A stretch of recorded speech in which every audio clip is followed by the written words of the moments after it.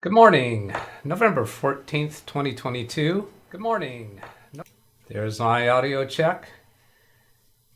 On a Monday morning, 9 a.m., and this is Windows Daily number 95. If you're watching this on the replay, the title might be different than what it is right now. Because the title right now just says, I'll show it to you right here, Windows Daily 95.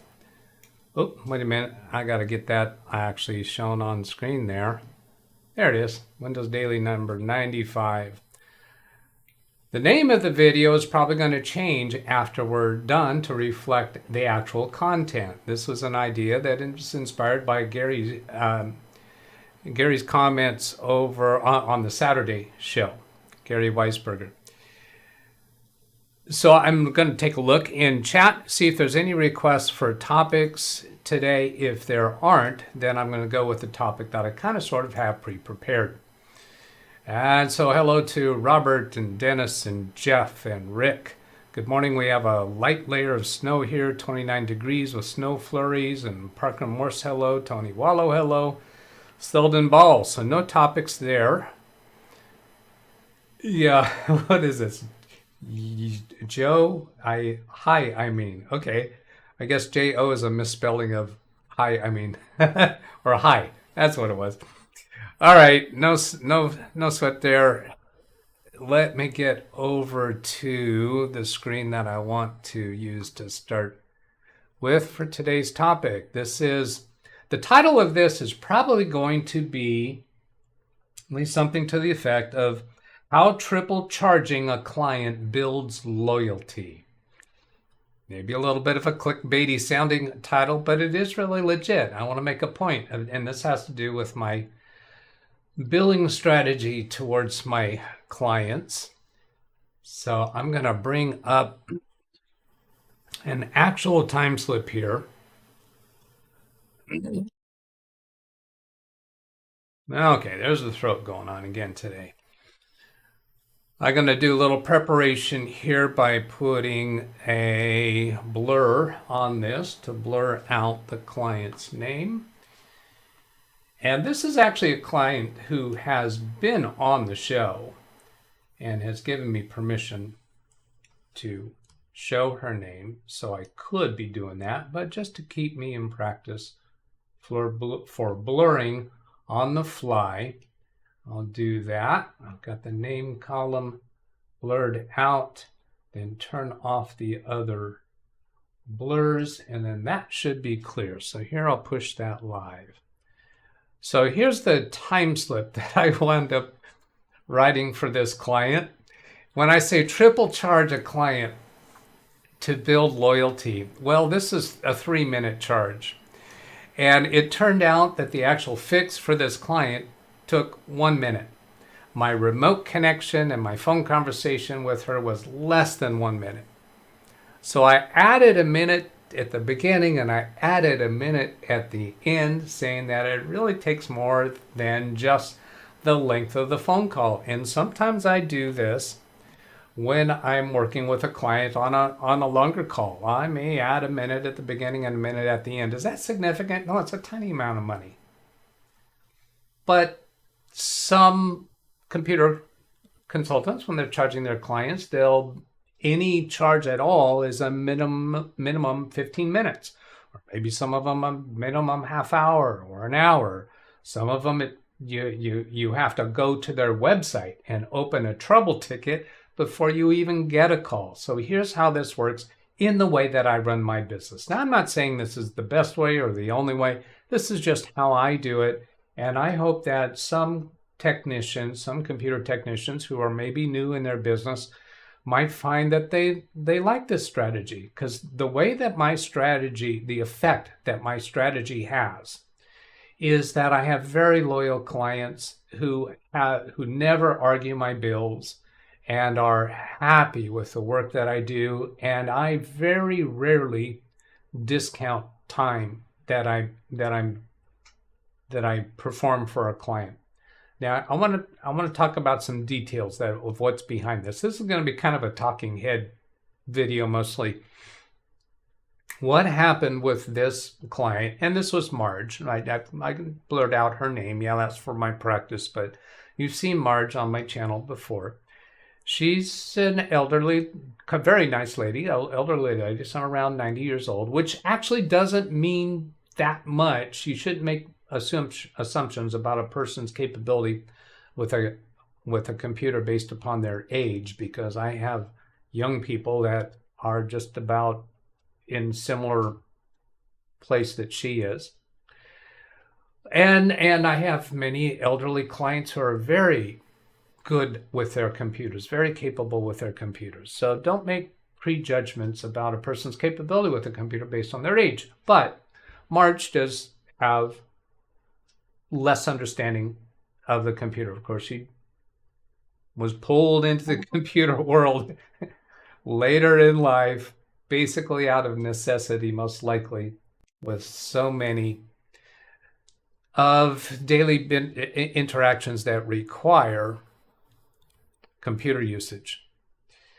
So here's the way it worked out. I was at a friend's house yesterday on Sunday. We were watching TV, and I get a phone call from Marge, and I tell my friend that I'm watching TV with that, you know what, I think I should take this call, because sometimes she has an urgent issue. And it's typically that there's a pop-up fake virus infection warning message talking at her through the screen, saying you've done something bad, and wanting her to call a phone number, of course, to scam her out of money. And she knows not to do that. She calls me, and so I like to be able to get her quickly out of that. And I can usually be able to talk her out of, or talk her through what to do with that. Although, yeah, now that I'm second guessing it, I think I would just tell her to turn the volume down and leave the computer alone. So what she explained to me in this phone conversation was that she was working on one of her stories. She's in a writing class in college at 90 some odd years old. It's I guess probably maybe it's an adult school. I think it's with the university locally here. They have a program for seniors to be able to take additional courses. So she's in this writing class. She has to write a story each month and submit it. And so it's very common that she'll be calling me about trying to attach it to an email and having a difficult time with that.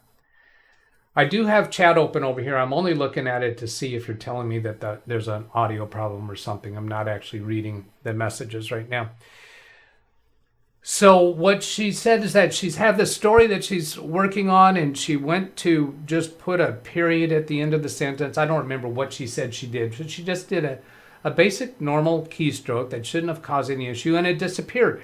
It went away. And she hadn't saved it yet. She'd done a lot of typing and she hadn't saved it yet. So she's very, very nervous about losing it. She doesn't know what happened. It just disappeared. Now, I don't know at that point what's on her screen. I didn't ask her to try to describe it. If I try to talk her through things and ask her things, she doesn't have the terminology very well. Like if I say, what is the title? What's the name on the title bar? I'm wanting to know what program is open. Is she on a browser right now, or is she on the desktop? The word desktop doesn't have the same meaning to her as it does for other people. So I figured I'm probably not going to make good progress with her, and I realized that, okay, it's probably fine. I said, Marge, can you just, I'm not at my computer now. It's going to be 1 to 2 hours before I'm back to my computer so that I can check on it. Can you just not do anything with the keyboard? With the computer, don't do anything on the keyboard, don't do anything on the mouse, just walk away and leave it alone. She says, yes, that's fine. Because she knows I'm usually able to fix whatever the situation is. So once I got back to my computer, which was indeed a couple hours later, I called her. Josh says we can hear you, but we can't see you in chat. How could that possibly be? Is anybody not seeing me? No, my video's coming through. Josh, I think that's on your side. Yeah, Rick says we can see. All right, so I don't know what's up there, Josh, on your side. So I called her and she answered the phone and said, "Okay, I'm walking back to the computer." And she gets to the computer and I'm connecting to her computer at that time. I've already got her on the phone. I'm connecting to her computer. Josh, I see that. Thank you. And she's asked, "What do you need me to do?" You don't need to do anything. Just don't do anything on the keyboard or mouse. I'm connecting to your computer because I have unattended remote access to her computer.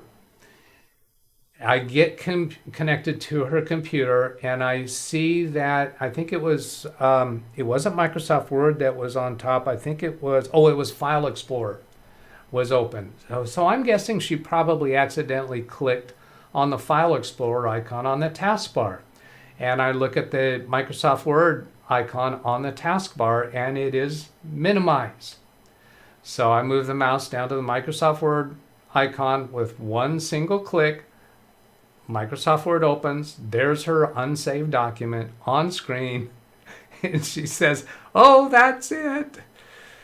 In that very high voice that some elderly women have. And very, very easy. And she says, "Well, what happened?" I think, "Well, Marge, it was that your Microsoft Word was simply minimized." She doesn't understand what that means. And it was safe. It was okay. So we did the right thing by having you not do anything else on the keyboard or mouse until I could connect and have a look at it. So she was very, very happy. And she says, "Now you be sure to bill me for this."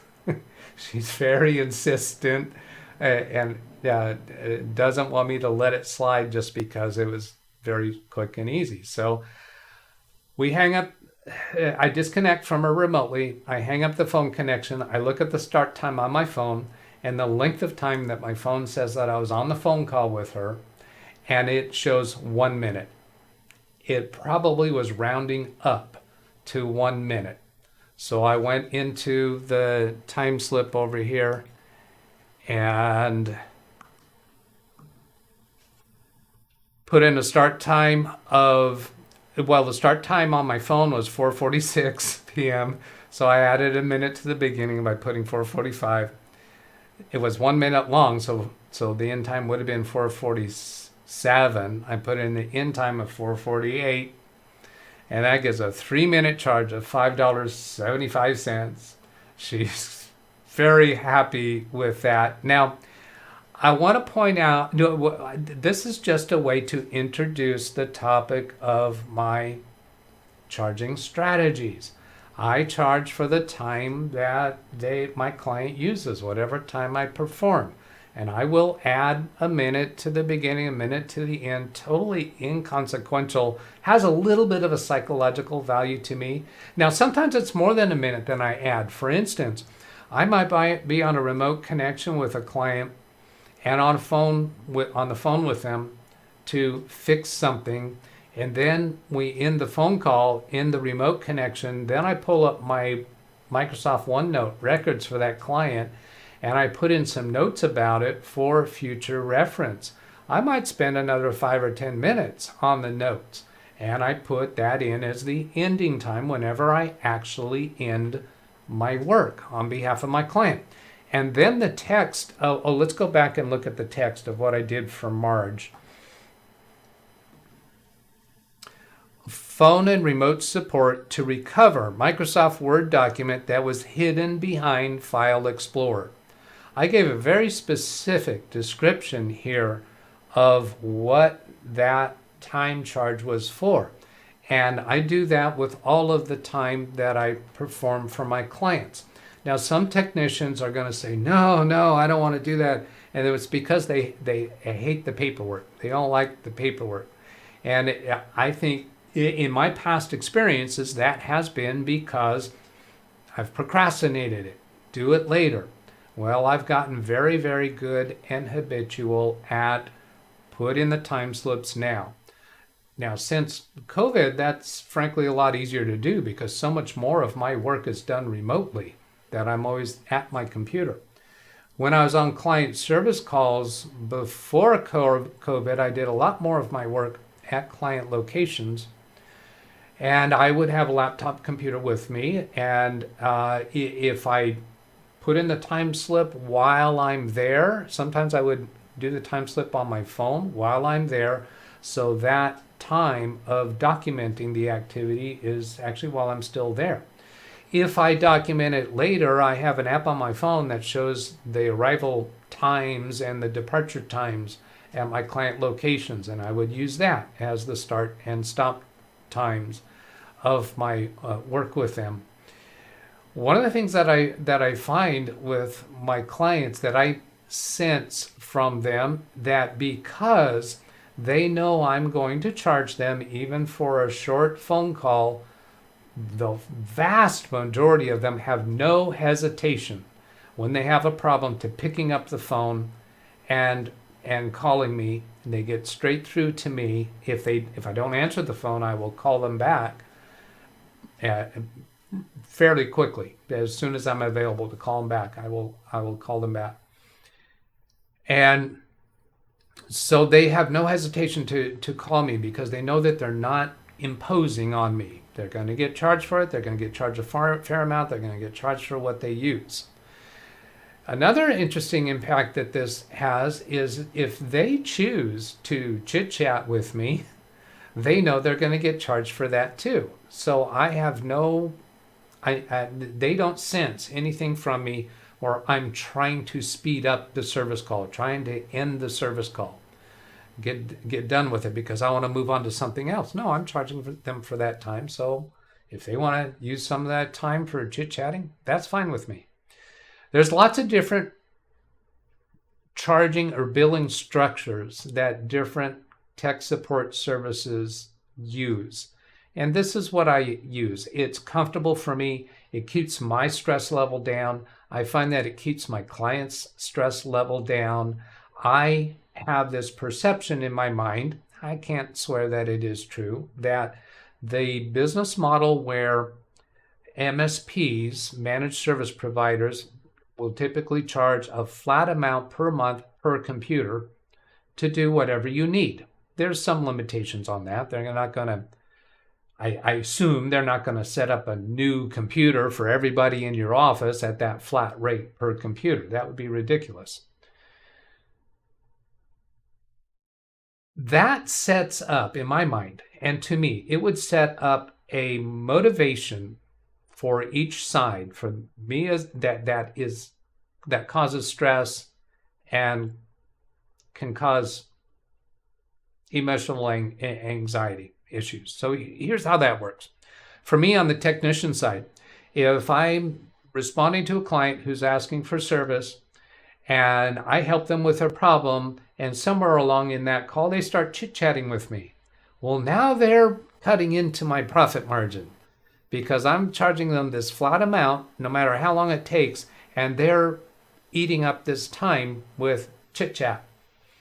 On my side of that game, I've got an incentive to try to keep that call as short as I can. It also sets up an incentive for me to not be as patient, as kind, as explanatory, and explaining the situation of what happened, maybe help train them to be able to resolve it better in their future if the problem comes up again. On my client side, if I had that pricing model or that business model, their motivation is try to get as much work out of me as they can. So they might be more frivolous about calling me for help without trying to pursue the issue at all themselves, or learn, or without trying to remember, oh yeah, Doug said restart the computer. No matter what the symptom is, try restarting the computer, because that fixes a lot of things. So I found my clients learn to do that, because if they call me the way that I just described, they have an easy time of calling me because they know I'm going to charge them. But after a few times of me telling them, well, have you restarted the computer yet? And I might even go into Task Manager and check on that to see when it was last restarted. And they say no. I say, well, I think with this we need to try that first, because I'm not seeing an obvious fix here. So let's restart it. That may solve the problem. So now we're having to take the time to restart it. Once I do that a few times with the same person, they realize, oh, they feel a little bit embarrassed to call me and find out the solution was to restart the computer. So they learn that piece. So that's just some conversation about my pricing strategy or billing strategy.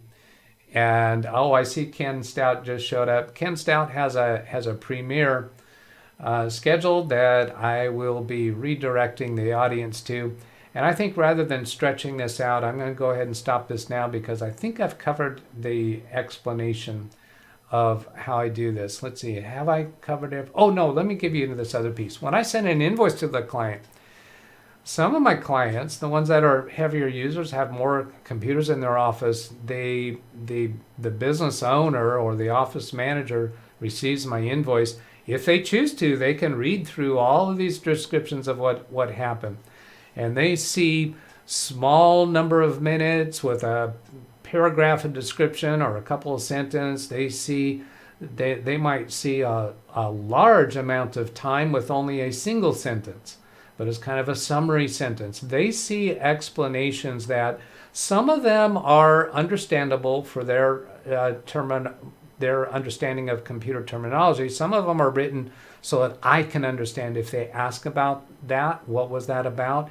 So it's a little more with computerese written so that I could explain it if they ask, but I don't go giving a plain English description of everything I do because some of it would just be too wordy and too long. But it's not uncommon for some of my clients to get an invoice that is multiple pages long. I've seen them up to like 12 pages long on my invoices. Now, I don't send invoices every month either. I got a little bit of a procrastination issue. Let's call it a strategy issue, efficient strategy issue, where I'm more commonly when a client receives an invoice, it covers a few months worth of work. Well, look, I'm going to turn 65 next month. I am not living hand to mouth. So I don't have to get a bill out there every month to every client. And some of those bills will be really small dollar amounts. So I do my invoices in a way that typically a client's getting an invoice that covers a few months of work. So it's a higher dollar amount. Well, my clients have come to understand that and they expect it so it doesn't hit them so hard when the invoice gets there. And they can prorate it in their mind over whatever number of months were involved. But they have all this description about what I was doing. Now, because they see some small time charges for things that, for instance, the whole office is down, nobody can work, and I fix it in 5 minutes, they get a 5-minute charge for that. And they go, wow, we were losing money by the minute because our people weren't able to work. Doug fixed this with 5 minutes. He's obviously being honest about that. He could have boosted that charge up higher because most of the time I'm doing that fix remotely. They don't know how long I was connected remotely. Although they could go look at the computer because there's a log on the computer for my connection time. But some of the time I charge is not being connected. So when they see a high dollar amount charge, a high time amount of charge for work that I did with a 1 or 2 sentence description, they're really not worried about it because they are so convinced that I'm treating them honestly and fairly. I have a lot of clients that have been with me for a long time, and I don't struggle to get new clients. Typically, the way I get new clients is because a client has referred an acquaintance of theirs to me. And that acquaintance of theirs, when they call me, they say, so-and-so referred me. Are you taking on new clients? Do you have room for a new client? And yes, I pretty much always do because I don't have myself overbooked. Again, turning 65 next month, I'm not struggling for money. I have a comfortable lifestyle. And I see Gary mentioning about retainers. Yeah, I don't do any retainers. I don't do any discounts. I don't do any bulk purchase discounts. In a way, that's cheapening my work. I like to eliminate the games, the strategies. If somebody pays up front for a block of hours, well, now as a single person operation, that gets me a bulk of money in that somewhere down the road I might be obligated to spend a lot of time with them in a short amount of time that I've already been paid for. So it's not money in the bank for me, it's money that I've already spent. Yeah, so I don't care for that strategy. And I know that is a technique that a lot of IT companies use. Managed service providers like that. And it does make more sense for their business when they have employees that they're paying. It is a good business model for them. I don't need that business model. I'm much happier with the way that I've structured my business model. And I put this out there to the people who might watch my videos so that other technicians who might be early in their business might think about this strategy. Because once you get yourself stuck into or committed to a different pricing strategy, you're kind of stuck in that. It's hard to change later on down the road as your business grows and evolves, and you realize the kind of stresses that you've set yourself up for with the business model that you've chosen.